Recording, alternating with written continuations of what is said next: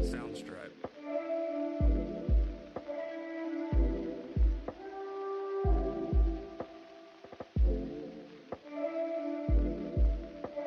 Soundstripe. Greetings, League Degenera X. I wanted to go through a little recap about why they call me the Architect. So today I'm going to review a little bit of the trades, and then at the end I'm going to have a little keep trade cut action to show the actual values. But just to go ahead and start this bitch off, you can see here is kind of what started the engine and the motor moving, acquiring Travis Etienne. Now, later on in these trades, you're going to see we move this young gentleman for someone that's quite a bit better. Now, keep in mind, we spent a 23 first, a perceived late first, and a 23 early second at this time because my team was still in rebuild to get Etienne. Next move, we send Damian Harris, who we think is going to be in a crowded backfield, for 2 seconds, Marlowe's second, that is, and Adams' third for Damian Harris again. We're just trying to build up that pick capital so we can buy the players to contend now. Next trade, back to the well of Scott Liston. We send a 2024 first, which is mine, a 2024 first, which is Marlowe's, and a 22 first, which is standard degens. I believe that's Patterson. But we acquire Waddle and a second. So with Waddle, he's still currently on the team. We were shopping around, but we build our team around this dude. He was like top 6 or 7 dynasty wide receiver. Super solid, super sick there. Next up, we start getting the pick train going, start trying to get the haul so we can get the guys in the future like Breece Hall, which we tanked for that pick. But we get Breece Hall, we get George Pickens, we get Sky Moore, we get, I'm trying to think who else. It'll say up here at the top because we end up trading them. We keep Breece, and we keep Pickens. I think there's like a wild trade that goes down where I send him and send him back. But 23 second, to get a 22 third for Marlowe. That was some value lost there on my part. I like the 23 class a lot better though. We move Zach Wilson because at this point we have, I think, 5 QBs. We have Zach Wilson, Tua, we've got Joe Burrow, we've got Trey Lance, and we have one more, I think. I just can't think of his name. But yeah. All right, so by this point, the draft's already happened because it populates these dudes' names. We flip Pickens and a 23 second for Zeke and Pollard. Get the Dallas backfield. Next up, we acquire in a juicer from Bonham, Devontae Adams, Kenny G, and James Conner for Amon-Ra, Elijah Missile, and 2 24 seconds. I feel like we personally crushed that trade. Adams is a huge dynasty asset, even though he's like 30 years old. But keep Adams in the forefront of your mind because you'll see me flip his bitch ass for some sick stuff in the future.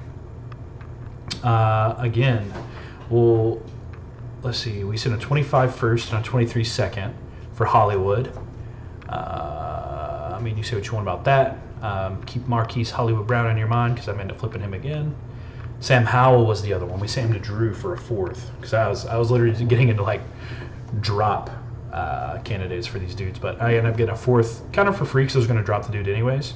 That was a homie move through Drew. I think I ended up telling him, I was like, dude, I'm going to drop him. Will you send me something for him? Type deal. This was getting Pickens back. Had to do it. Overpaid a little bit, I would say.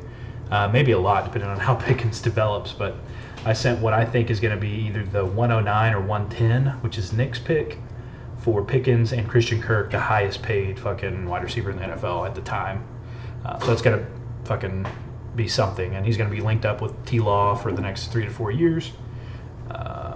Let's see here. We get Gerald Everett. We're trying to build up our tight end depth because at this point, I think we only have Freiermuth, who's like projected for anything over like 8 points. End up This was, yeah, so we get Hollywood for a first and a second. We get Zeke for, what was that down here? We got Zeke for Pickens in a second. And then we end up packaging the two for Barkley and Schultz. So Schultz is a more definite answer with Amari Cooper going to the Browns, and the only person being left is CeeDee Lamb. So you got Dak Prescott, who's going to be throwing 4,000 to 5,000 yards. Schultz is going to get a lot of that. So I love this trade as well for Barkley, who is, who knows what he could be. But him and Zeke, I'd say Barkley has more tread on the tires than Zeke. That could be crazy, but we'll see. This was the one that started the landslide. What they said broke the league.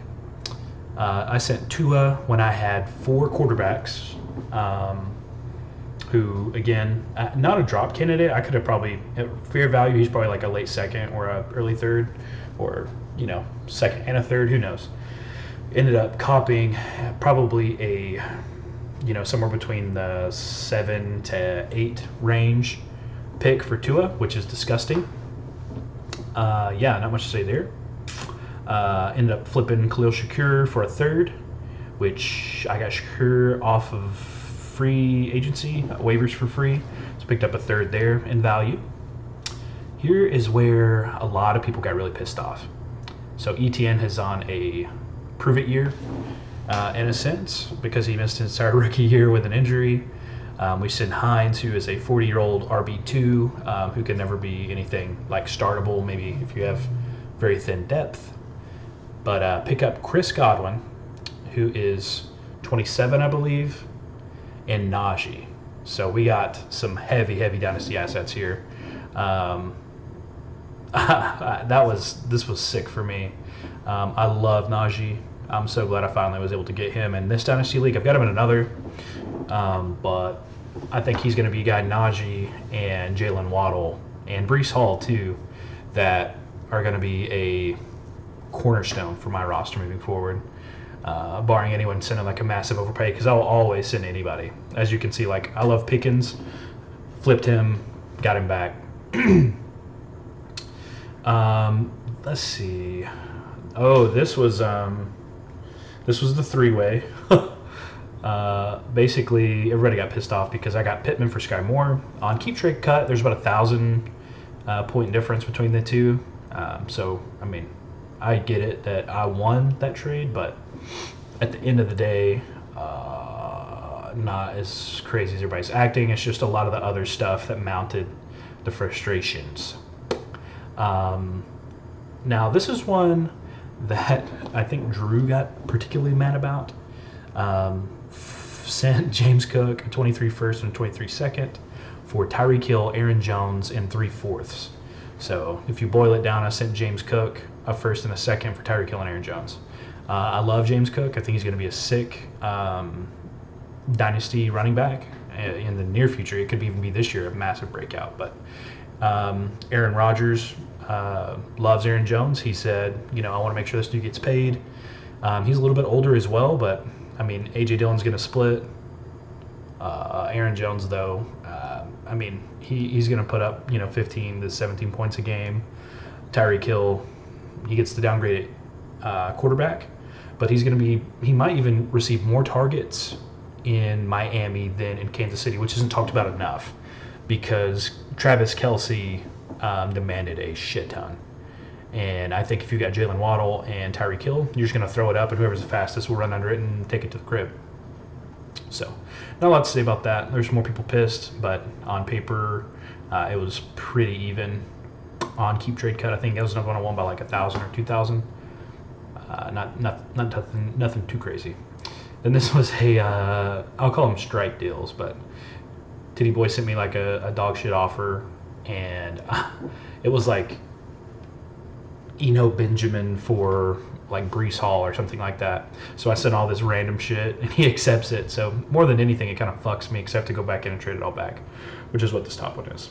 But overall, this is the zero to hero offseason from Sacco to Juice God. And this is the roster, aforementioned roster. Joe Burrow, Najee Harris, Aaron Jones, Tyreek Hill, Michael Pittman, Schultz, Connor, Barkley, Waddle. That's just, they're all in there because they're highest projected. But when you really dig in, you've got Trey Lance, who is, I think he's got a crazy high ceiling.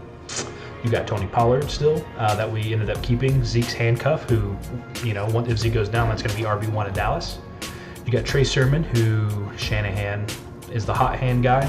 Elijah Mitchell ended up being the guy last year, but who knows? It's kind of a flyer. Only projected a point in week 1, but who knows over there too. Elijah Mitchell gets hurt or fumbles or anything like that, Sermon's going to go in. And he was drafted higher than Elijah Mitchell over there, and could end up winning that job still, or at least cutting into the carries. Michael Carter is an obvious handcuff to Breece Hall, who, is pretty solid on his own. Could end up in a year or two getting traded to another team. Probably end up just keeping him just for the insurance policy for Breece, because Michael Carter was super solid. Breece 101 last year. Not much to talk about there. I love the guy. Some people are down on him. Doesn't matter. We got Rashard Higgins. Not super high on him. Really just a stash to see what happens, see how the targets get split up in Carolina. Nothing really to go into there. Chris Godwin, who still young, still has probably 4 to 6 years left. Really kind of just now entering his prime, which is like that 27, 28 age for a lot of receivers. Kenny G, he was some fluffer in some trades. Still has a high, really high contract with the Giants, so they're going to be giving him the ball. He just needs to produce now. Christian Kirk, already talked about him. Getting a lot of money to be T-Law's 1. We'll see what happens. I think this is a little disrespectful because I think without Urban Meyer, T-Law is going to start slinging it. And I actually do like ETN, so I think it's going to open up. The receiver's not getting fucking double covered every time he runs out. Jacoby Myers says shot to be Mac Jones 101. I keep saying 101 like it's picks, but wide receiver 1. Who knows how that gets split up though. They ended up sending N'Keal Harry somewhere. I can't really remember where, but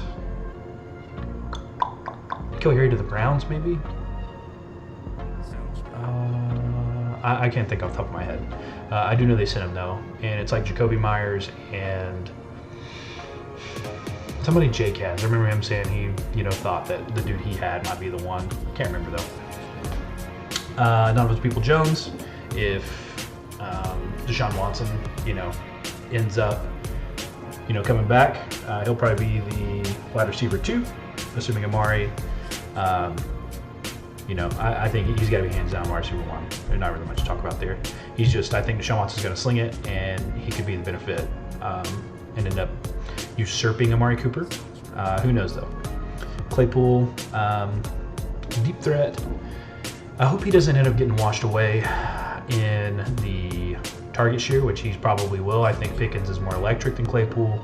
Claypool's probably a better downfield, deep ball guy.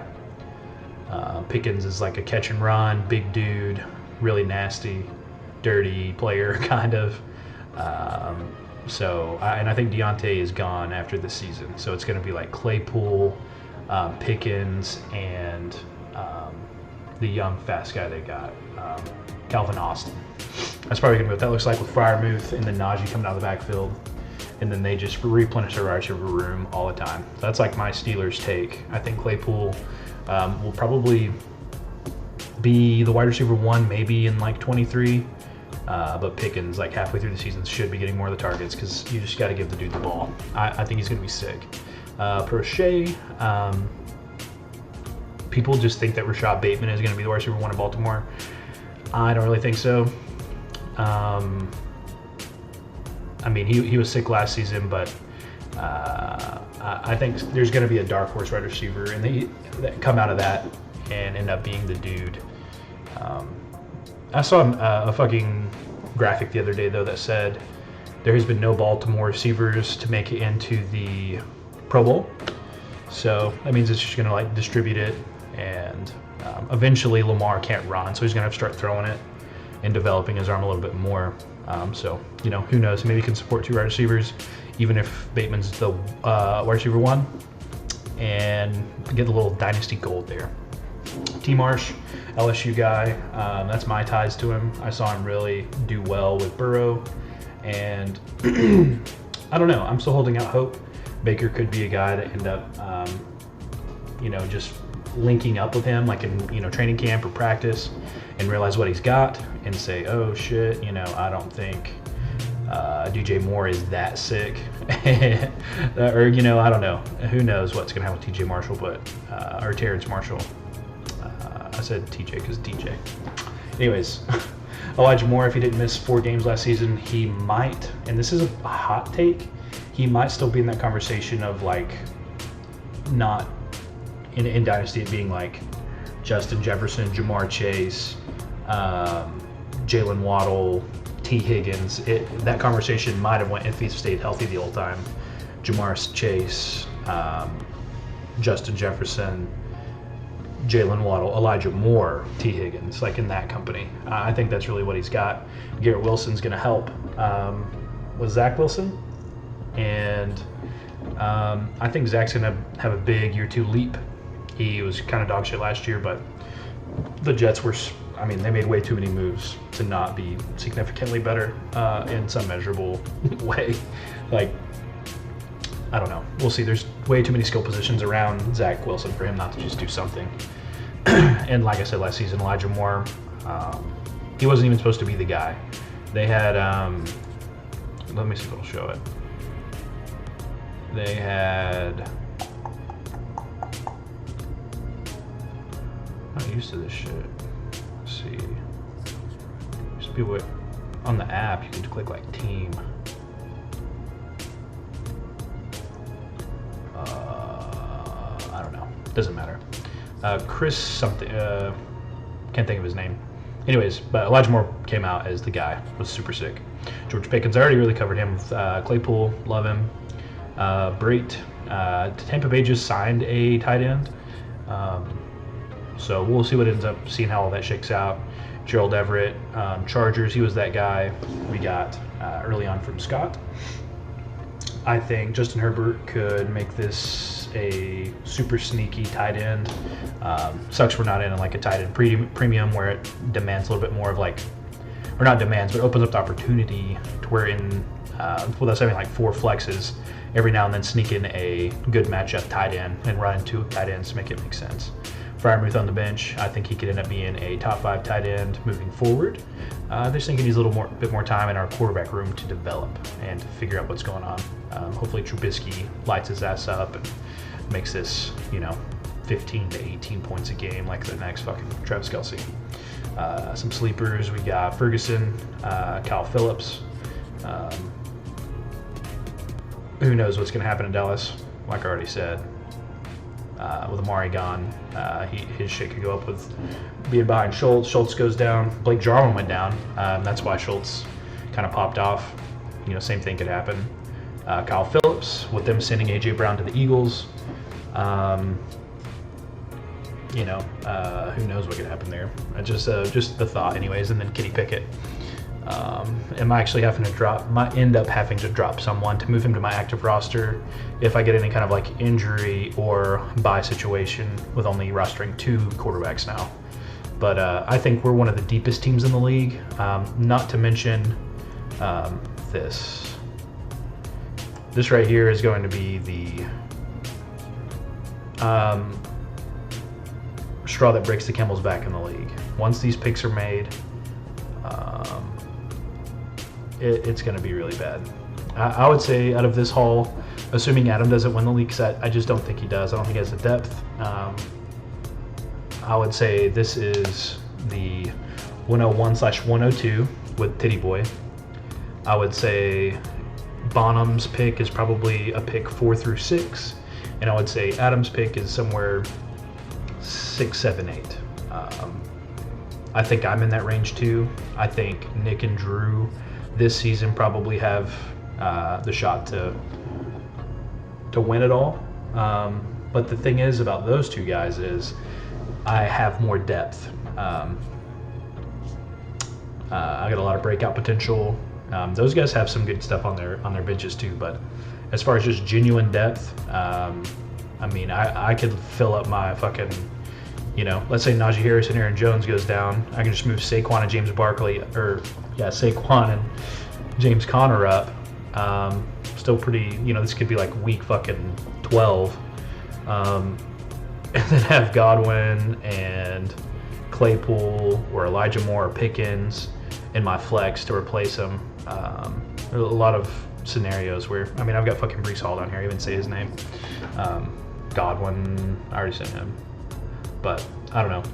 That's what I got. I just want to do a little trade recap for the offseason and go through my roster. A lot of people probably don't know about some of these gems in here. A little juice. But yeah, that's what I got. If you guys want me to fucking do yours, I will. Your trades. Give you my honest opinion. I'm not trying to I didn't really talk about strategy or anything with the trades, because that's my secret sauce. That's why they call me the Architect. But yeah, that's what we got. GG boys.